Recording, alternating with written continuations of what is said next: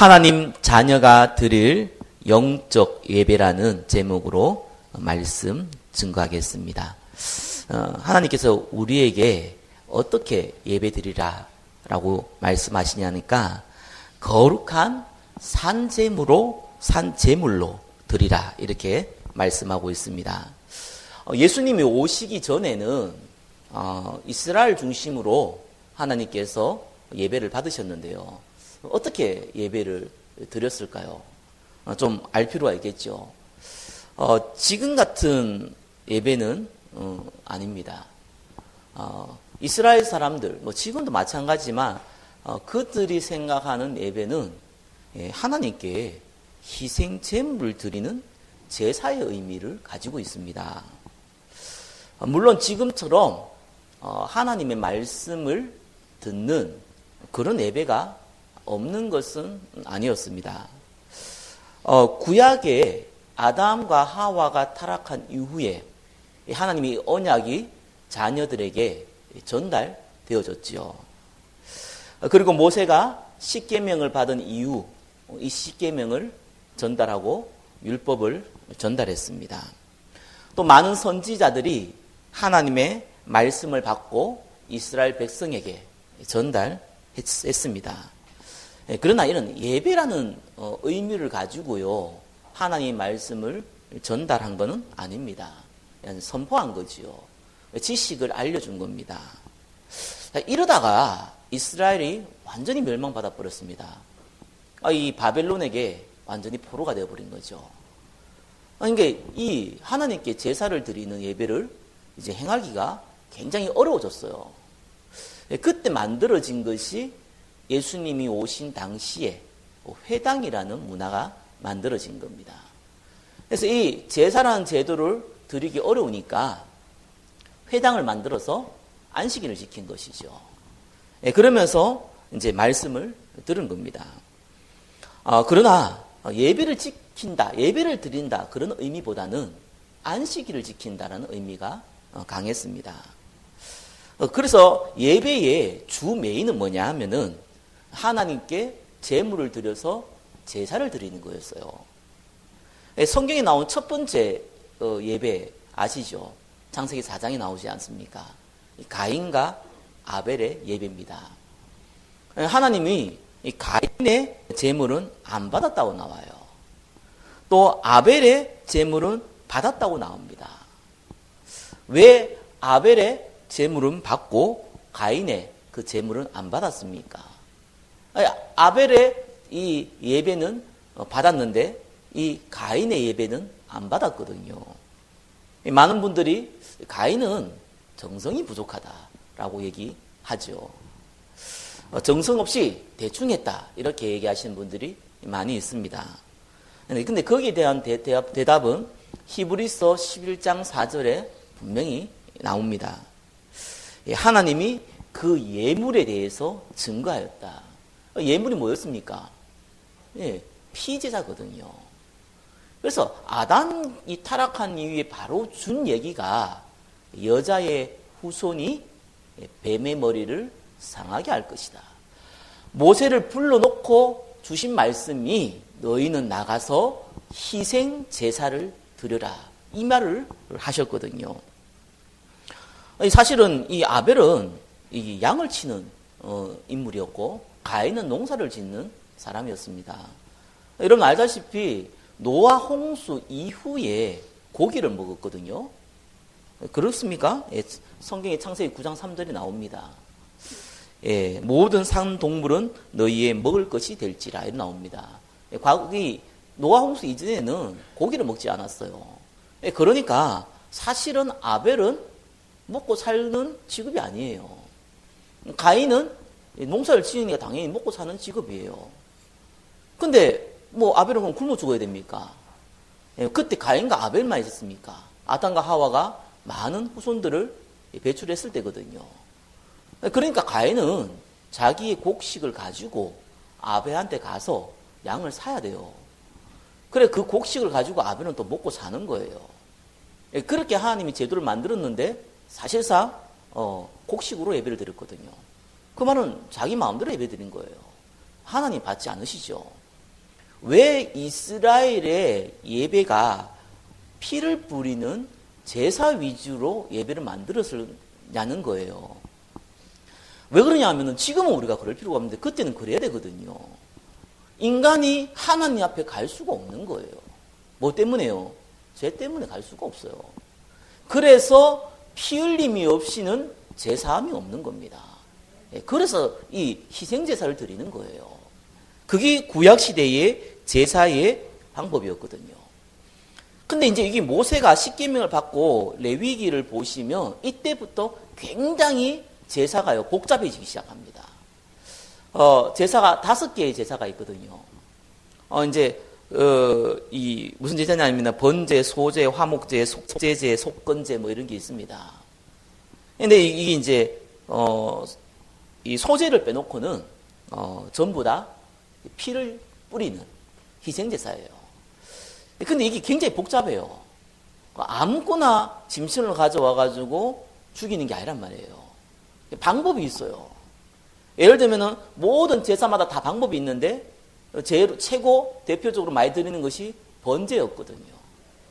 이 번제는 1년 된 수컷의 송아지나 양이나 염소를 가져와야 돼요. 딱 3가지예요. 송아지, 양, 염소. 근데 여자는 안 돼요. 여자가 아니고 암컷은 안 돼요. 수컷만 돼요. 근데 이 수컷인데 꼭 1년짜리여야 돼요. 1년 1개월이면 어떻게 하냐? 안 돼요. 이거 철저하다니까요. 그러니까 이게 새끼를 낳으면은요, 우리처럼 뭐 이렇게 태어나자마자 12월 달에 태어나면 1살이고 1월 달에 2살이고 이러잖아요. 얘들은 안 그렇거든요.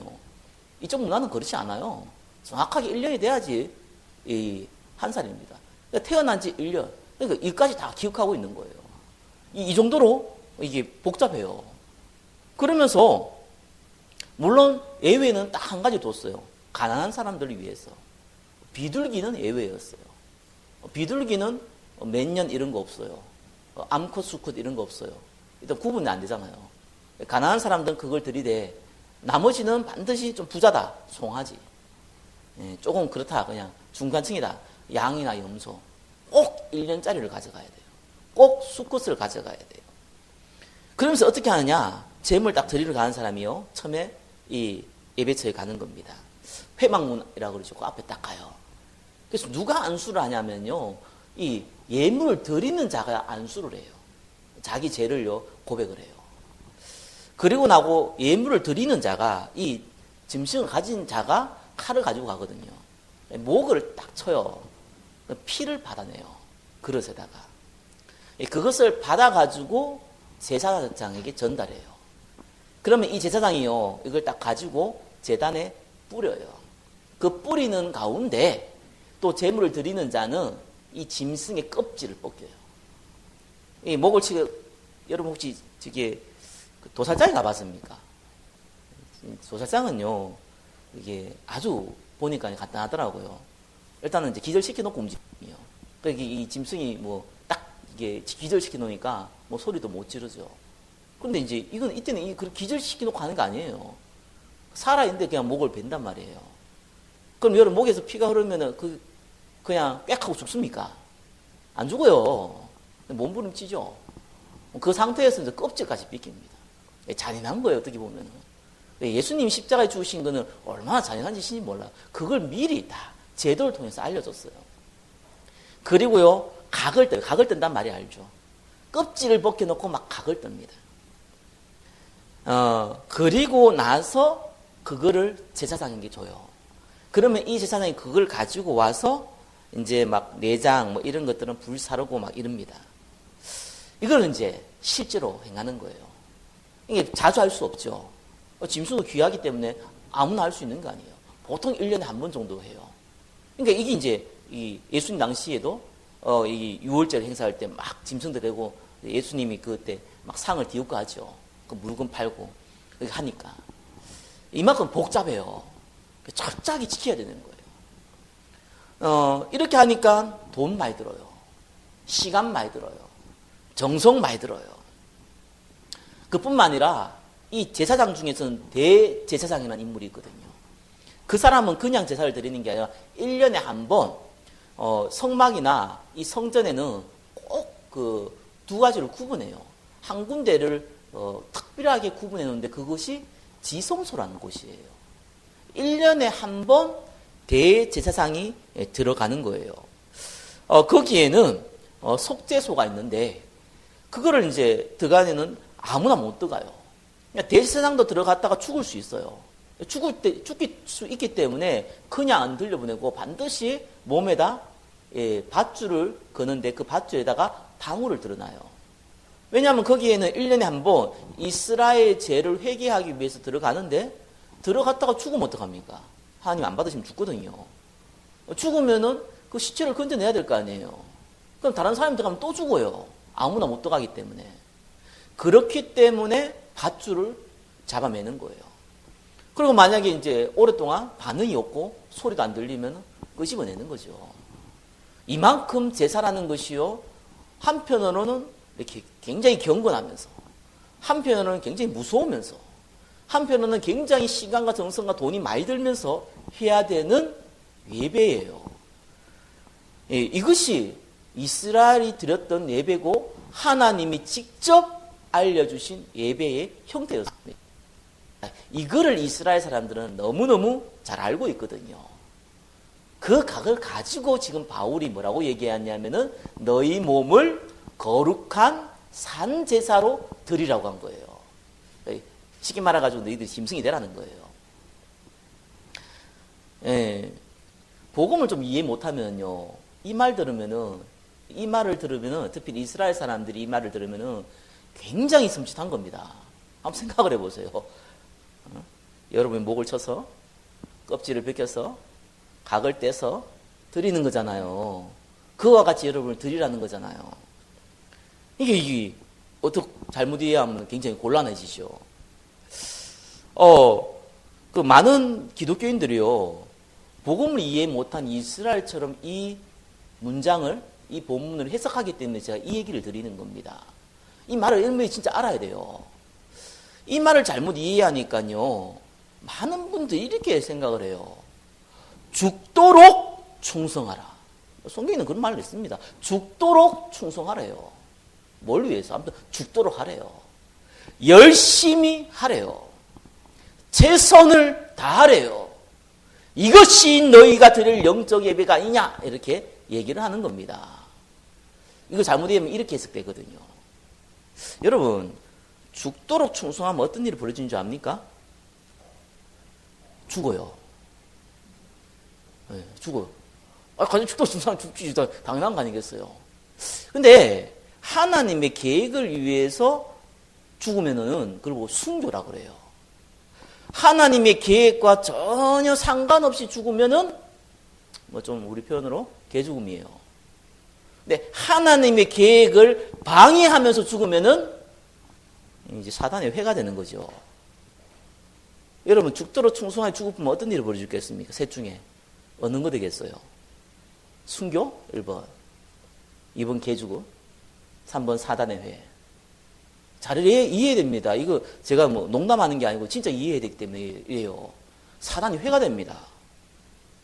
어떻게 그런 신앙생활 합니까? 저와 여러분들은요, 신앙생활 열심히 하지 마세요. 부탁건데 열심히 하면 안 돼요. 죽도록 충성하면서 하지 마시기를 바랍니다. 그러면은 어떤 일이 벌어지는 줄 압니까, 진짜? 그냥 뭐 내가 실패했다 이런 것은 괜찮은데요, 많은 사람들을 불신앙하게 만들고 많은 사람을 죽이는 일이 벌어져요. 아니, 내가 복음을 위해 열심히 했는데 사단의 회가 돼버려요. 그래서 저와 여러분들은 제대로 하세요. 신앙생활은 제대로 하는 거예요. 열심히 하는 게 아닙니다. 이걸 나쁘게 좀 이용한 또 이상한 사람들이요, 이렇게 특별히 이렇게 건축할 때 보면 또 뺏으려고 헌금하라고 해가지고 이삭이 100배의 축복을 받지 않냐, 성전을 위하여 네가 헌신하면은 100배를 받는다. 그리고 또 진짜 100배 그거 받으려고 자기 전재산 바친 사람도 있어요, 진짜. 왜 전재산 바쳤겠습니까? 내가 하나님께 성전을 지으니까 얼마나 감사하냐. 내가 내 재산을 드리서라도 하나님의 성전을 지어야겠다. 이거는 진짜 응답받을 사람이에요. 그게 아니거든요. 100배. 돈 놓고 돈 먹기죠? 그죠?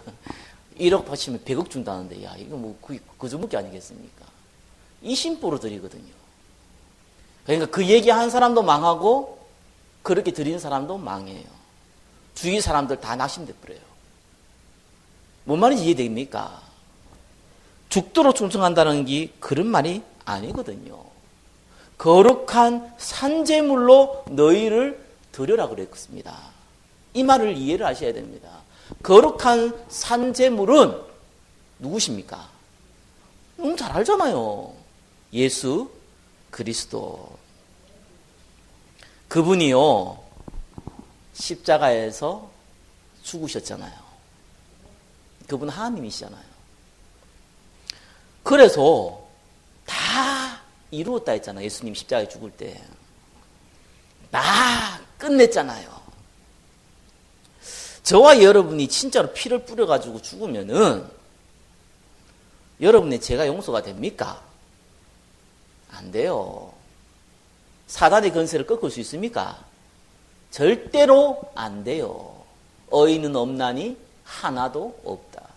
모든 사람이 죄를 범하였음에 하나님의 영광에 이르지 못하더니 그 누구도 안 되는 겁니다.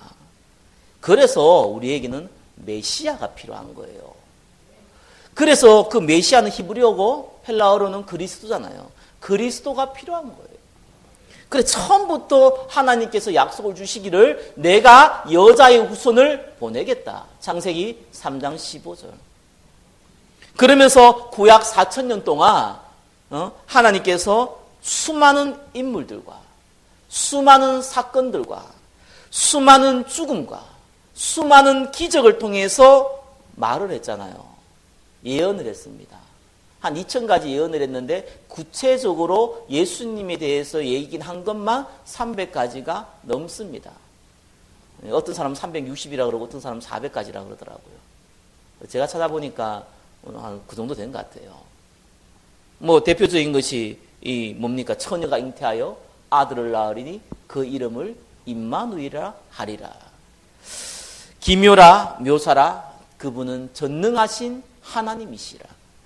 그분이 베들레헴에 태어날 것이고 그분이 이 나사렛에서 자라날 것이고 눈먼 자를 고칠 것이고 문둥병자를 고칠 것이고 죽은 자를 살릴 것이고 그러면서 그분은 나무에 달려 아무 죄 없이 죽을 것이고 죽을 때 뼈가 꺾이지 않을 것이고 그의 옷은 제비 뽑힐 것이고 죽고 나서 부자의 묘실에 장사될 것이고 3일 만에 부활할 것이고 이 다 예언되어 있었어요. 그분이 예수 그리스도입니다. 그분이 그 약속대로 오셨거든요. 그래도 안 믿을까 봐 아예 이스라엘 하나님께서 아무나한테 오는 게 아니고 반드시 아브라함이라는 한 사람을 택해가지고 그 후손으로 오겠다고 약속해 놓고 그 후손이 이스라엘이잖아요.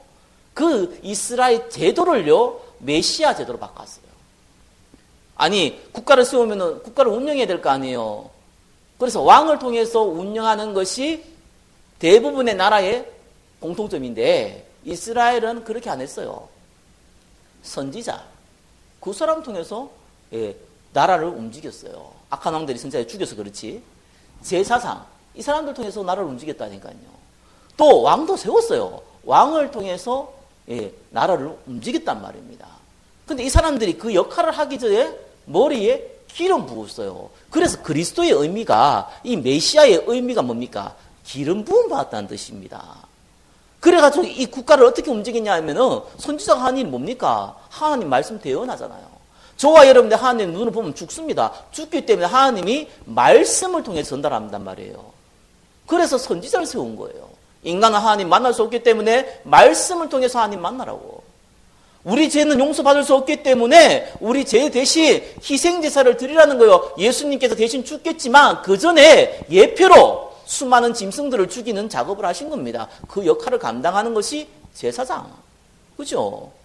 그리고 실제로 다스리는 왕. 사람들 다스리잖아요. 그 왕을 통해서 국가를 움직인 거예요. 영적으로 보면 인간은 하나님을 만날 수 없어요. 죄 용서를 받을 수 없어요. 실제로 우리가 서 있는 것은 너희 아비 마귀의 세상 임금이라고 사단의 권세예요. 그거를 인간이 해결할 수 없기 때문에 예수님께서 직접 오신 겁니다. 십자가에 죽으시고 부활해서 뭐라고 얘기했냐? 다 이루었다 했는데 그 말이 뭡니까? 내가 곧 길이요 진리 생명이니 나로 말미암지 않고는 아버지께 올 자가 없다. 그죠? 그분이 이제는 바로 하나님 만나는 길이 된다는 거예요. 저와 여러분 기도할 때 다른 사람한테 기도 부탁하는 거 참 좋은 겁니다. 근데 뭐 굳이 안 그래도 돼요. 직접 기도하세요. 혹시 몸 아픕니까? 안수 안 받아도 됩니다. 여러분 손이 하나님, 전능하신 하나님이 여러분과 함께하는 손이에요. 여러분 머리에 여러분 손 얹어놓고 안수해도 됩니다. 그만큼 저와 여러분들은 축복받은 자입니다. 그게 하나님 자녀예요. 여러분 죄 용서 어느 정도 받았습니까? 밖에 나서 도둑질하면 어떤 일이 벌어집니까? 국가의 법에 반대되기 때문에 뭐 감옥 가야겠죠. 나쁘지 말 하면은 그죠. 그러나 하나님 법에는 예수님께서 그냥 우리를 용서한 게 아니라니까요. 하나님 떠난 원죄, 하나님 이 땅에 살아가면서 지을 수밖에 없는 자범죄, 그것도 과거, 현재, 미래 단번에 끝냈어요. 예수 믿으면 못된 짓 하면 되겠네. 못된 짓 해도 구원은 받아요. 이 땅에서 문제 생겨서 그렇지. 그만큼 하나님의 은혜는 풍성한 겁니다. 완전히 끝냈다니까요. 예수 믿어도 시달리는데요. 천만의 말씀요. 예수 믿으면은 완전히 끝냈어요.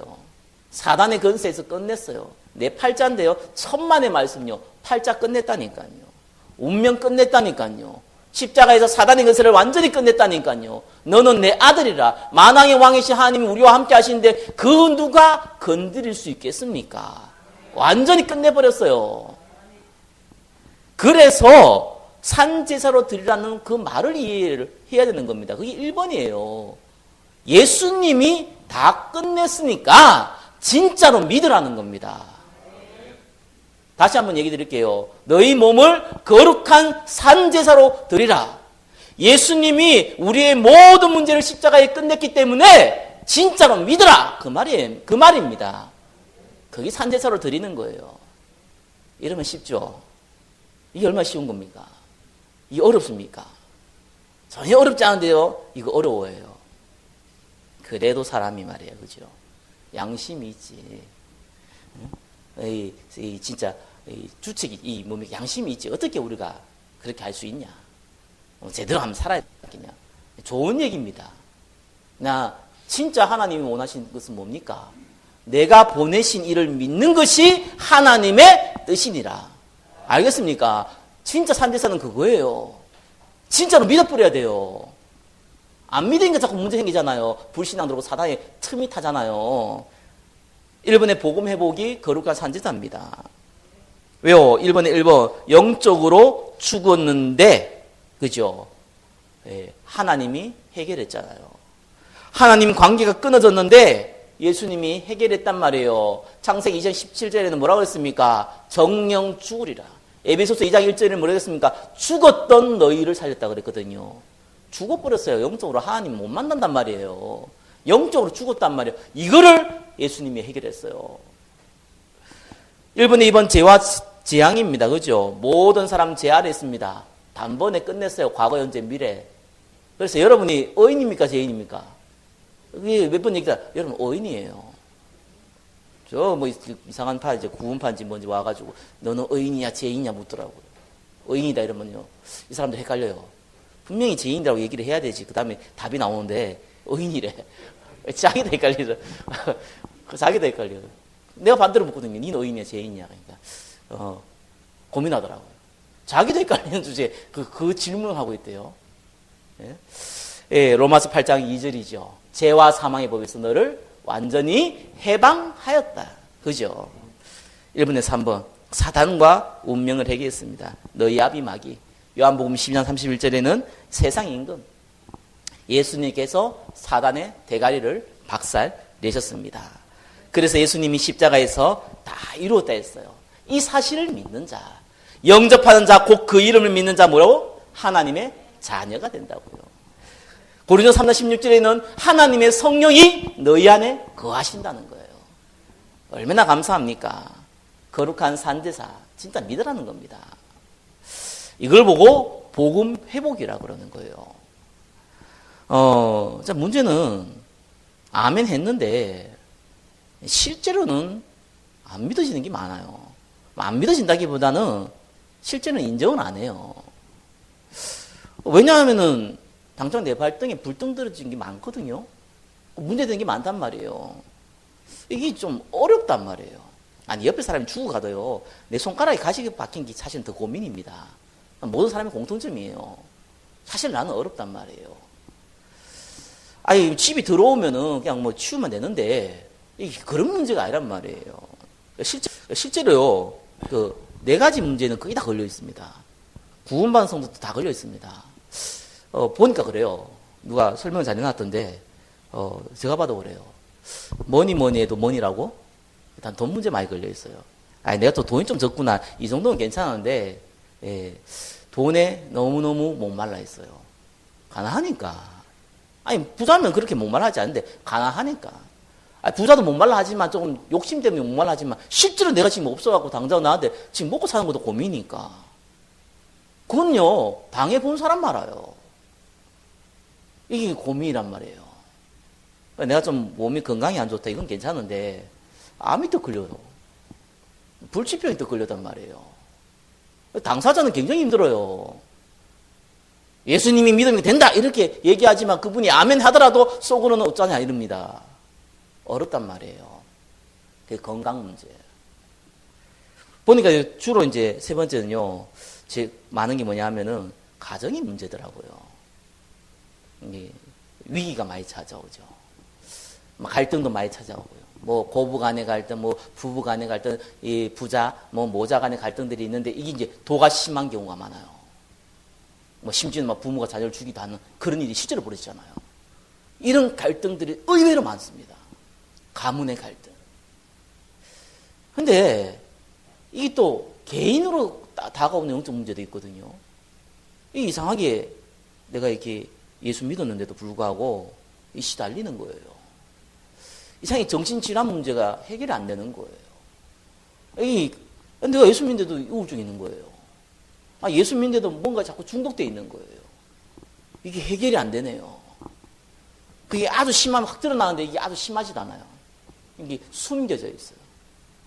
그래서 뭐 얘기하는데 뭐 별거 아닌 것처럼 얘기하지만 실제로 본인은 굉장히 어려워요. 예수님이 십자가에 다 끝냈다, 아멘 하는데 어렵단 말이에요. 저와 여러분들이 이거를 잘 이해를 해야 됩니다. 여러분이 다가오는 큰 문제, 특별히 영적 문제, 이거 해석 잘 해야 돼요. 모든 불신자의 문제는 뭡니까? 운명. 간단해요. 그게 어떻게 운명이라 그럽니까? 예? 뭐 실패는 성공의 원문이고, 가난은 다 발판이고, 불신자한테는 운명이에요. 왜요? 신분이 너희 앞이 막이잖아요. 누가 뭐라 그래도 너희 앞이 막이에요. 예수님 영접 안 하면은요, 불신자예요. 불신자는 분명히 마귀의 지배를 받게 돼 있어요.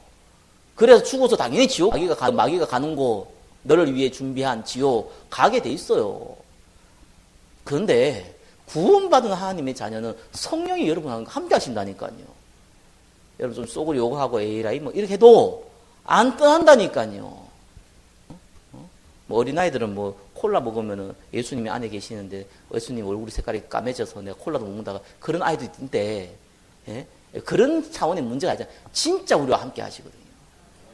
그런데 하나님이 저 백합화도 다 먹이시고 입히시는데 하물며 너희일까 보냐, 예수님 직접 얘기했잖아요. 그러면 저와 여러분 문제를 잘 봐야 됩니다. 하나님의 계획입니다. 이래야지 이제 그때부터 신앙생활이 되는 거예요. 이래야지, 뭐랍니까? 십자가에 다 이뤘다는 그 말을 진짜 믿는 거예요. 여기서부터 시작돼요. 이 생각 하나가 거의 모든 걸 좌우합니다. 왜 나는 이렇게 재수가 없냐? 이럴 뿐만요. 일이 안 돼요. 그 예수님 와도 안 된다니까요. 예수님 왔는데 바리새인들이 이스라엘 사람들이 예수님 십자가에 못 박았잖아요. 예수님 와도 안 돼요. 일이. 문제가 해결이 안 돼요. 그래서 예수님한테 우리한테요 올바른 믿음을 주시는 그잖아요. 아니 요셉이요 어릴 때 그 엄마가 누굽니까? 라헬입니다. 솔직히 옛날에는요 남자가 죽으면은 구약시대에는 묘비를 세우는데 여자가 죽으면 묘비 안 세웁니다. 그죠? 구약 전체 읽어봐도 묘비 세우는 거 딱 하나밖에 없어요. 그 믿음의 인물 야곱이 라헬을 위해서 묘비를 세웠어요. 얼마나 사랑했으면 그렇겠습니까? 대단한 인물이에요. 진짜 대단한 인물. 아니 마누라가 4명인데 사실은 라헬을 한 명 얻기 위해서 나머지 3명도 같이 얻는 상황이 됐잖아요. 이 야곱이요. 말이 14년이지 라헬을 위해서 14년을 공짜로 일했다니까요. 여러분이 사랑하는 남자를 위하여 사랑하는 아내를 위하여 14년을 돈도 안 받고 일한다. 죽도 노가다한다. 아마 없을 것 같은데 아무튼 야곱은 그랬어요. 대단한 인물이죠. 그랬던 라헬이 죽어버렸어요. 근데 이게 그때 아들이 이게 요셉이잖아요. 그렇죠?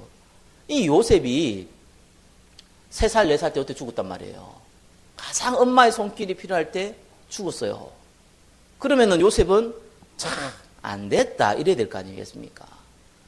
근데 사실은 라헬은요 우상숭배자거든요. 만약에 라헬을 안 데려갔으면 요셉은 누가 이 라헬의 이 치마폭에 쌓여가지고 요셉은 뭐 애굽의 총리? 어린 반푼도 없어요. 다 형제들 쫓아내버리고 이 요셉하고 살 인물이거든요. 그래서 데려가야 돼요. 그게 하나님의 계획이라니까요. 아니 요셉이 조금 이게 좀 못된 짓은 했잖아요. 솔직히 형들이 나쁜 짓 한다고 자꾸 꼬시라고 이래가지고 미움 받았잖아요. 그렇다고 해서 그게 노예로 팔려갈 만큼 미운 짓이 아니거든요. 사단이 역동케 해가지고 요셉을 팔아버렸죠. 형들을.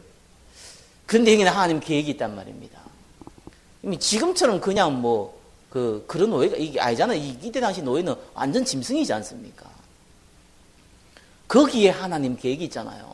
어떻게 아무것도 모르는 요셉이 이 야곱의 사랑을 받고 있는 요셉이 어떻게 애굽으로 갈 수 있겠습니까? 그 방법밖에 없는 겁니다. 그런데 그냥 가는 것이 아니라 보디발의 집에 갔어요. 그때 당시에 최고 강력한 국가인 이집트의 군대 장관이에요. 그러니까 어마어마한 재산이 있는 겁니다. 거기에서 가정 총무를 했어요. 그러니 경제를 알 수밖에 없죠. 실경제를 안 거예요. 그러다가 그 보디발의 아내 좀 이상하게 생긴 여자 때문에 오해받아서 감옥에 갔잖아요. 만약에 요셉이 그때 나는 억울하다. 저자가 그래서 그런 거지 난 절대로 범죄하지 않았다라고 얘기했으면은 요셉은요 풀려나는 게 아니라 죽었어요. 그렇잖아요. 보디발이 어떤 인물입니까? 그때 당시는 어떤 시대예요? 노예 한 명 죽인 건 아무것도 아니에요. 그거를 만약에 보디발이 인정을 해보면은 자기 아내가 바람난 여자로 되는데요. 그럼 자기 얼굴에 똥칠을 하는데 종 한 명 죽이는 게 빠르죠. 그때 요셉은 묵묵부답했어요. 이게 이 보디발이요 죽을 수도 있지만 가만히 있으니까 믿을만한 사람이잖아요. 어디 나 소문 안 내겠다 싶으니까 감옥에 넣은 거예요. 그것도 정치범들이 울거리는 감옥. 거기 또 하나님의 계획입니다. 그러니까 하필이면은 저게 도둑놈들이 모이는 감옥이 아니라 정치범들이 모이는 감옥이니까 정치를 배웠어요. 이래가지고 총리가 되잖아요. 하나님 작업으로. 왜 우리가 문제라고 생각합니까? 내 육신에 좀 손해가 된다. 문제라 생각하거든요. 내 육신이 좀 도움된다. 이익이라 생각하거든요. 여러분의 이익이 되는 그것이 나중에 큰 문제의 근원이 될 수 있어요. 여러분이 문제가 되라고 생각하는 그것이 하나님이 쓰시는 큰 뒷단이 될 수 있다니까요. 그래서 저와 여러분은 하나님의 계획 속에 딱 있는 겁니다. 문제 해결하려고 하지 마세요. 지나가다 휴지가 떨어졌다? 휴지 주는 그런 거 말고요. 해결할 수 없는 문제 하려고 하지 말라니까요. 그걸 하려고 자꾸 인본주의 쓰니까 그때가 문제가 더 꼬이버리잖아요. 그래서 야곱이 그랬잖아요. 야곱이 어떤 인물입니까? 얼마큼 이게 욕심이 많았는지 분명히 하나님이 작은 자가 큰 자를 섬길 거라고 약속까지 했는데 분명히 하나님이 내가 이 에서를 택하지 않고 야곱을 택했고 에서를 버렸다고 했는데도 그 언약을 분명히 이 리브가를 통해서 엄마를 통해서 이삭을 통해서 전달을 받았음에도 불구하고 욕심 부리잖아요. 그 형하고 원수되고 나중에 딸이 강간당한 사건도 벌어지고 별의별 사건이 다 벌어집니다. 그러면서 나중에 왕 앞에 가가지고 내 연수가 얼마 안 되니 내 연수가 얼마 안 되긴요. 나이를 얼마나 먹었는데 100몇십 살이 먹어놓고 내가 얼마 안 된지 얼마 안 됐으나 험악한 세월을 보냈나이다. 애구방한테 한 고백입니다. 그 여러분들이 만약에 이 문제를 해결하려고 그러면요 해결을 될 수 있어요. 과정이요 야곱의 고백과 똑같은 고백 나옵니다. 험악한 세월을 보내었나이다. 험악한 세월 보내시기 마시기 바랍니다. 그래서 수고하고 노력하면 험악한 세월 보내요. 그러나 말씀의 인도 받고 성령의 인도 받으면 평탄한 인생을 보낸다니까요. 그것이 하나님의 방법입니다. 얼마나 저와 여러분들의 마음에 육신적인 게 가득합니까? 예수님이 와가 너무 잘하잖아요. 이 12제자를 비롯해 수많은 제자들이 따라오다는 이유가 있잖아요. 진짜 이유가. 이 베드로가 주는 그리스도의 살아계신 하나님이다고 이렇게 고백도 했지만 진짜 이유가 있잖아요. 자리 싸움하고 한쪽이 영이 정하고 한쪽이 우위 정하고. 왜요? 예수님이 기적도 이렇게 죽음도 살리니까 왕이 될 거니까 거기에 내가 한 자리에 먹어야 될 거 아니겠어요? 그 욕심 가지고 움직였잖아요. 예수님이 너무너무 잘 알잖아요. 그래서 그들이 다 아멘했고 내가 십자가에 죽을 거다 다 아멘했고 내가 3일 만에 부활할 것이다 다 인정했는데 실제로 그 일 벌어지니까 다 도망가 버렸어요. 설마. 아무것도 남은 것이 없는 거예요. 왜요? 내가 얻으려고 했던 것이 육신의 목적이거든요. 자의정 우의정이었거든요. 예수님 왕이 되면 내가 한 자리 얻고 싶어 했던 그 욕심이었거든요. 그게 산산조각 나버린 거예요. 그래서 완전히 낙심해 버린 겁니다. 차라리요, 저와 여러분 인생이 완전히 낙심해 버리는 게 최고 좋습니다. 그럼 예수님, 부활한 예수님 찾아와요. 어중간히 낙심해 하면 안 된다 이러니까 자꾸 안 되잖아요. 하면 뭐가 됩니까? 밥 열심히 먹으면 배부르다 이런 건 돼요. 그죠? 공부 열심히 하면 좀 시험 성적 잘 나온다 이런 건 돼요. 좀 열심히 노력하면 돈도 조금 더 벌 수 있다 이런 건 된다니까요. 근데 진짜 중요한 영적 문제는 해결 안 돼요. 진짜 이 경제 문제는 해결이 안 된다니까요. 진짜 여러분이 있는 가정 문제는 해결이 안 돼요. 진짜 여러분의 건강 문제가 해결이 안 된다니까요. 그래서 저와 여러분이 가지고 있어야 되는 거 뭡니까? 예수님께 맡겨야 돼요, 이거를. 예수님 부활하신 후에 제자들이요 왔지 않습니까? 얼마나 낙심했는데 얼마나 기뻤습니까? 하나님이 그걸 만드시는 거예요. 여러분이 잡고 있는 걸 놓게 만드시는 거예요. 여러분이 그렇게 아끼는 그것을 딱 놓게 만드시는 거예요. 하나님이 사랑하는 사람일수록 그렇게 합니다. 막 기적도 이렇게 주시기도 하고 가끔씩은 막 기도하니까 바로 응답이 오기도 하는데 그건 덤으로 그냥 주시는 거고 진짜는 예수님이 내 인생을 완벽하게 주관하고 계시는구나. 내 문제는 더 이상 문제가 아니구나. 하나님의 뜻을 이루기 위한 정말 중요한 계획이구나. 하나님 감사합니다. 이 고백 나올 때까지. 이게 없으면요 계속 방황합니다. 진짜입니다. 저 불면증한 청년이 와가지고요 저한테 그러더라고요. 예전 일이죠. 신방을 좀 와달라는 거예요. 토요일날 저녁에 여러 명들 데리고 갔어요. 이 친구가 한 얘기가 뭐라고 얘기하냐면은 여자 청년인데 혼자 있어요 저녁에. 이게 부모님하고 다 계신 줄 알았더만 어디 갔냐고 물으니까 일단 뭐 혼자 있다 그러더라고요. 그래서 저한테 이 얘기해요. 절대로 나에게 예수님 영접하라는 얘기는 하지 말라는 거예요. 왜 그러냐 그러니까 자기가 수십 번 예수님 영접했대요. 수십 번 예수님 영접했는데 내 불면증이 해결이 안 된다는 거예요. 왜 그러냐는 거예요. 나 구원받은 거 맞고 하나님 하지만 맞는데 나 불면증 해결 안 된다는 거예요. 그래서 누가복음 10장 19절 건세 기도 알려줬어요. 뱀과 성가를 밟으며 원수의 모든 능력을 제어할 권능을 주었나니 너희를 해할 자가 결단코 없으리라. 기도문 적어줬어요. 그 다음날 연락 왔어요. 너무 고맙다는 거예요. 자기 평생에 자기 평생이 아니 좀 나이가 뭐 20대인데 뭐 자기 평생이겠어요. 뭐 얼마 살았다고. 아무튼 십몇 년 안에 처음으로 깊은 잠을 잡았다는 거예요. 고맙다 하더라고요. 그때 그 청년 혼자 있길래 이유를 나중에 알려주더라고, 다른 사람들이. 엄마, 아빠, 동생이 집 나갔대요.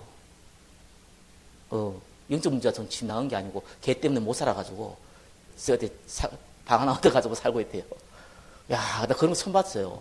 딸이 부모와 자기 동생을 쫓아내는 경우는 처음 봤어요.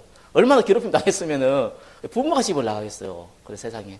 그런 일도 벌어지더라고요. 그런데 그렇게 좋아했던 청년이 얼마 전에 연락도 안 돼요. 원인 알고 보니까 또 왔어요. 불면증. 안 된다는 거예요. 그렇죠. 왜 안 되겠습니까? 불면증 낫는 게 목적이에요. 하나의 목적은 불면증 치료하는 게 목적이 아니거든요. 불면증도 치료하는 것이지 불면증 치료하는 게 목적이 아니에요. 육신의 정욕, 안목의 정욕, 이생의 자리에 딱 잡혀 있단 말이에요. 그러니까 그 문제 당장은 해결할 수 있는데 또 다른 문제 와요. 그러면 더 큰 낙심 와요. 이렇게 어리석습니다, 사람은요. 진짜 여러분 잘 먹고 잘 사는 게 우리 인생의 목적입니까? 정말 개돼지도 아니고 이건 뭡니까 이게? 이런 서글픈 인생이 된다니까요. 그래서 2번 봅시다. 하나님이요, 우리에게 그때부터 복음 진짜 이해하면은 예수님이 정말 끝냈구나. 내 문제는 문제가 아니고 하나님의 계획을 이룰 수 있는 축복의 통로구나. 요거 딱 인정하기 시작할 때부터, 그때부터 여러분 영적 상태 회복됩니다. 예수님이 하나님 나라를 40일 동안 얘기했어요. 부활하셔서. 왜 그렇게 그때 얘기했을까요? 그 전에 얘기 안 했습니까? 했는데 집중적으로 40일 동안 얘기했어요. 승천하기 직전에. 왜 그렇게 했습니까? 알아먹을 수 있는 상태가 됐어요. 그전에는 어떻게 하면은 한 자리 할까? 어떻게 하면은 잘 살까? 어떻게 하면은 잘 먹을까? 거기에 잡혀 있으니까 메시지를 들어도 아멘 하는데 안 들어간 거예요. 근데 부활하신 예수님을 만나고 완전히 무너진 상태에서, 완전히 낙심한 상태에서 부활하신 예수님을 만나고부터는 영적 상태가 바뀌었어요. 하나님 나라 얘기했어요. 그리고 기다리라 그랬어요. 그 나라가 임할 때까지. 여러분의 가정에, 여러분의 사업장에, 여러분의 인생에 임할 때까지 기다려라. 그죠? 그때 사도행전 10장 14절에 보니까 그 얘기를 들었던 500명 중에 380명은 도망가고 120명 남아가지고 집중으로 기도했어요. 요겁니다. 요게 하나님이 여러분 문제를 해결하는 방법이에요. 어떻게 보면 좀 생뚱맞지 않나요? 배고픈데 빵을 줘야죠. 다리 아픈데 다리를 치료해줘야죠. 가정이 치고받고 싸우는데 이거 해결해줘야죠. 아니, 지금 돈이 없어 거지가 됐는데 돈 해결해줘야 되죠. 그런데 예수님이요, 그걸 해결 안 해요. 어디에 몰아넣습니까? 마가 다락방에 몰아넣어. 잡히면 죽잖아요. 어떤 면에서는 죽어도 좋다 이래도 되지만 또 다른 한편으로는 얼마나 불안하겠습니까? 근데 믿었단 말이에요. 예수님이 십자가에 끝냈다는 건 믿었단 말이에요. 약속을 붙잡고 있으면 하나님 응답하는 걸 믿었단 말입니다. 이때부터 응답이 일어나는 거예요. 이때부터 여러분의 영적 문제도 내가 이런 문제 있었어? 해결되는 거예요. 그렇게 지질했던 가난도 하나님이 해결하는 거예요. 그렇게 문제가 많았던 우리 가정도 해결이 돼 가는 거예요. 이게 하나님의 방법입니다. 먼저 그 나라와 그 의를 구하라. 그리하면 나머지를 더하여 주시리라. 먼저 그 나라와 그 의가 뭡니까? 전도 선교 맞는 말이지만 먼저 그 나라와 그 의는 여러분이 하늘 앞에 서는 거예요. 예수님 때문에 그리스도라는 걸 진짜 인정하는 겁니다. 여러분 자꾸 본인부터 바뀌어야 되지 않습니까? 빌립보 4장 19절, 나의 하나님이 그리스도 예수 안에서 영광 가운데 그 풍성한 대로 너희 모든 쓸 것을 채우시리라. 채우시되 필요할 것, 우리한테 필요한 만큼 딱 채우세요. 여러분이 그릇된 만큼 딱 채웁니다. 부족함 없이 채우십니다. 그것이 하나님의 방법이에요. 얼마나 감사합니까? 이렇게 해야지 이제 응답이 시작됩니다. 세 번째 뭡니까? 이제부터 진짜 하나님 계획을 잡고 회복시키는 거예요. 하나님의 선하시고 기뻐하시고 온전하신 뜻이 무엇인지 분별하도록 하라. 모든 것은 전도와 선교를 위하여 움직입니다. 지구는 생명 살리는 전도와 선교를 위하여 움직입니다. 필요에 따라서 독재자도 세우십니다. 필요에 따라서 하나님께서 링컨같이 훌륭한 대통령도 세우십니다. 그러나 하나님의 주권은 전도와 선교하기 위해서 전쟁도 일으키십니다. 사건도 일으키시고요. 그래서 저와 여러분이 이제 딱 잡으세요. 모든 문제 끝냈다. 기다리시되 이거는 분명히 알고 있어야 돼요. 오직 성령이 너희 임하시면 권능받고 예루살렘과 온 유대와 사마리아와 땅까지 이르러 내 증인이 되리라. 여러분 정말 이 전도 선교는요 반드시 되는 겁니다. 내가 하려고 해서 되는 게 아니고요. 하나님 사람을 딱 붙여주면서 되는 거예요. 잘 되고 안 되고는 그거는 하나님의 시간표이고 시대적 상황마다 다 다른데 분명하게 저와 여러분 통해서 다른 사람이 생명을 얻고 힘을 얻게 돼 있어요. 그게 저와 여러분이 받은 축복이자 특권입니다. 아파트에 이번에 날씨가 좀 따뜻해가지고 가보니까 할머니 한 분 만났는데요. 뭐 나이가 많지는 않아요. 한 70대 정도 되신 분인데 요즘 70은 노인이라고 얘기하면 조금 약간 화를 내는 표정 같더라고요. 그래서 아주머니, 그죠? 75세가 되기 전까지는 아주머니입니다. 할아버지 아니에요. 아저씨. 알겠죠? 아저씨, 할아버지 하면 큰일 나요. 아저씨, 할머니, 아주머니 만났는데, 이분이 참 신기하죠? 보통 노인 나이지 않습니다. 할머니 좀 나이 드신 그 아주머니는 고집이 많이 세요. 그죠? 이분은 고민이 하나 딱 있더라고요. 막 문제가 많다고 하는데, 한 가지 고민을 딱 갖고 있어요.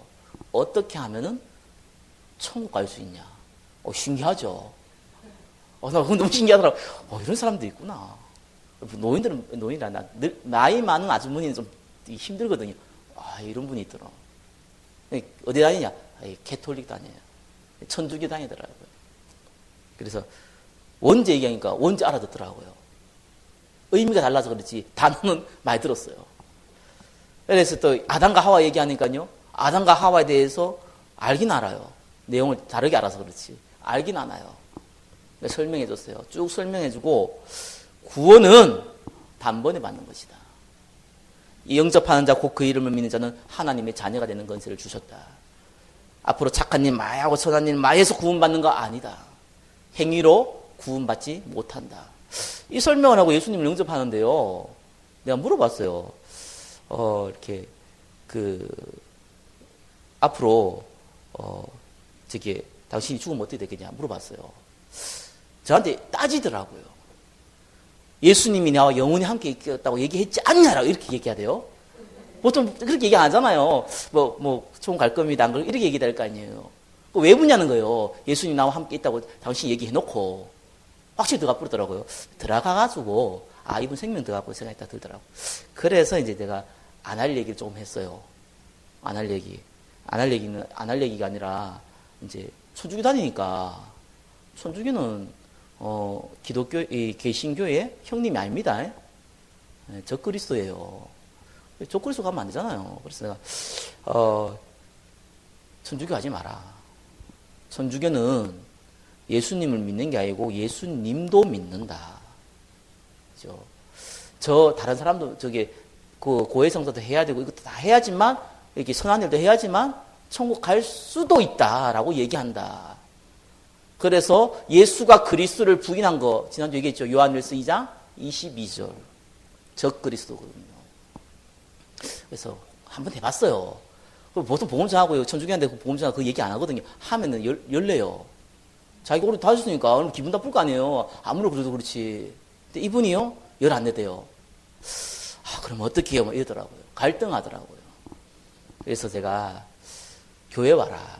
근데 혹 교회 가기 싫으면 가기 불편하면은 일단은 성당은 가지 마라. 안 가는 게 이익이다. 당신 구원받았지 않냐? 안 가도 구원받는다. 가면은 사단의 회가 되기 때문에 귀신이 괴롭힘 당한다. 요 정도 얘기하면 싸워야 되는데 가만히 있더라고요. 약간 근심하면서 가만히 있더라고요. 기도하면서 이제 갔는데요. 난 감사하대요. 참 정의라는 게 우리가 뭐 말을 해가지고 이상한 예수 믿습니까? 정말로 그렇게 생각하면은 정말 전도 안 해본 사람입니다. 내가 말을 해서 어떻게 상대가 그걸 믿습니까? 평생 예수는 안 믿는 사람이요. 성경 얘기 좀 했다고 아멘 하고 믿습니까? 뭔 말을 잘했다고 믿겠습니까? 하나님의 성령의 일방적인 역사예요. 거기에 참 감사하게 내가 쓰임받고 여러분이 쓰임받는 거예요. 그게 전도거든요. 전도는 하는 게 아니고 되어지게 돼 있어요. 잘 되어진다고 좋은 것도 아니에요. 어준이 또 이준이 많이 만나는 것보다요, 바울 한 사람 만나는 게 훨씬 커요. 적게 한다고 못하는 것도 아니에요. 제자 한 명 만나가지고 그 사람이 나보다 더 큰 그릇으로 쓰임 받으면은 그만큼 큰 축복이 없는 거예요. 그래서 바울보다 그 큰 상급 받는 사람이 누굽니까? 바울에게 복음을 얘기한 아나니아. 그래요. 그래서 예수님이 그러잖아요. 천국이 지극히 작은 자도 이 땅에서는 가장 크다고요. 이 축복을 저와 여러분이 줬습니다. 그러면서 3번에 2번 뭡니까? 이게 복음이요, 그냥 증거되는 게 아니에요. 확산돼야 돼요. 그래서 제자가 필요하고 제자화가 필요한 거예요. 훈련받는 이유가 그것 때문이거든요. 제자가 아니에요. 제자화예요. 그리고 교회를 통해서 합니다. 아무리 연약해도요, 하나님은 교회를 통해서 합니다. 교회가 지지고 보고 싸워도요, 교회를 통해서 합니다. 절간을 통해서 하는 일이 절대로 없습니다. 저 무당집을 통해서 하는 일은 절대로 없습니다. 교회를 통해서 합니다. 그래서 교회를 소중히 여기는 거고요. 그래서 교회가 사단이 틈타지 않도록 기도하는 겁니다. 저는 만난 사람들 그러거든요. 혹 내가 하나님 말씀이 잘못된 게 있다면은 얘기해달라. 왜요? 내가 두렵다니까요. 목사님 내가 두려워요. 왜냐하면은 교회를 망치면 큰일 나잖아요. 내가 사단의 회가 되면 큰일 나잖아요. 내 고집 때문에, 아집 때문에 망치면 곤란하잖아요. 그리고 이걸 지속해야 돼요. 그래서 미래가 중요한데 후대가 중요한 겁니다. 예수님이 베드로한테 찾아가고 3번이나 내 어린 양을 먹이라고 그랬어요. 얼마나 중요했으면요. 베드로의 그 아픔, 3번 부인했던 그 약점을 꼬집어내가지고 3번 얘기하면서 내 어린 양을 먹이라. 네가 나를 사랑하느냐 얘기하면서 했겠습니까? 그만큼 중요하다는 겁니다. 여러분 후대 다 죽습니다. 우리 애 다 컸는데요. 천만의 말씀요. 부모의 눈물의 기도는 절대로 열매를 맺지 못하는 경우가 없습니다. 기도하시면 반드시 열매 맺게 되어 있습니다. 생명은 연결되어 있어요. 오죽하면 주 예수를 믿으라. 그러면 너와 내 집이 구원을 얻으리라. 하나님 말씀 직접 줬잖아요. 가족은요 연결되어 있습니다. 여러분 기도는 반드시 응답받게 되어 있습니다. 후대를 살리세요. 말씀을 맺겠습니다. 이 로마서 12장 1절 2절 생각하면요 역사적인 인물 한 사람이 생각나요. 그 사람이 록펠러거든요. 록펠러 사람들이 뭐 10의 1조를 뭐 해가지고 뭐 부자 됐다 이렇게 얘기하는데 그 사람 11조 안 해도 부자 될 사람이었어요. 원래 어릴 때 타고났어요. 이 사람이 얼마나 교만했는지 뭐 예배 시간에 1시간 일찍 나오죠. 기도하죠. 목사님 말에 무조건 순종하죠. 그리고 또 11조도 완벽하게, 이 사람 11조는 전교인이 한 헌금보다 커요. 그러니까 얼마나 그렇겠습니까? 자기는 그게 하나님이라 생각한 거예요. 하나님이 알잖아요. 저와 여러분이 나쁜 습관은 알잖아요. 그래가지고 어떻게 했습니까? 나이 55세에 딱 병 줘버렸어요. 불치병 줬죠. 시한부 판정 딱 벌어졌어요. 이때 깨달은 거예요. 내가 10의 1조를 드리고 내가 이 예배를 잘 열심히 나오고 내가 목사님 말에 잘 순종하는 것이 하나님의 계획이 아니었구나. 그때 깨달았어요. 이 사람이 기도를 바꾸었어요. 믿음 사람이죠. 하나님, 내가 혹 이렇게 좀 더 살기 위해서 하나님 앞에 기도하는 게 아닙니다. 내가 돈을 많이 모아놨는데 이걸 그냥 할 수 없지 않습니까? 이게 좀 교회를 세우고 또 교회 인재를 세울 수 있는 학교를 좀 세우고 돈 좀 다 쓰고 이렇게 내가 천국 갈 수 있게 해달라고 이렇게 기도했어요. 그때부터 이 사람이 시작했는데 4,928개 교회 세웠습니다. 이런 교회 말고요. 뭡니까 이렇게 월세 내는 교회 말고요. 건물 있는 교회 4,928개 세웠어요. 12개의 종합대학 세웠어요. 12개의 단과대학 세웠어요. 그런데 안 죽어요. 안 죽었는데 제 돈을 다 썼는데 다 쓴 줄 알았는데 돈이 5배 늘어났어요. 그래 재단 만들었잖아요. 물론 후대가 좀 타락은 했지만 재단 만들었거든요. 하나님은 여러분을 하나님 앞에 십자가에 딱 끝냈다는 걸 진짜 믿는 거룩한 산제사를 드릴 때에 하나님은 모든 것을 회복하시는 겁니다. 문제를 해결하려 하지 말고 하나님의 계획을 보시기를 예수 그리스도의 이름으로 축원합니다. 기도하겠습니다. 하나님 감사합니다. 우리의 진짜 드릴 영적 예배를 드릴 수 있도록 우리에게 은혜를 베풀어 주옵소서. 예수 그리스도의 이름으로 기도드립니다. 아멘.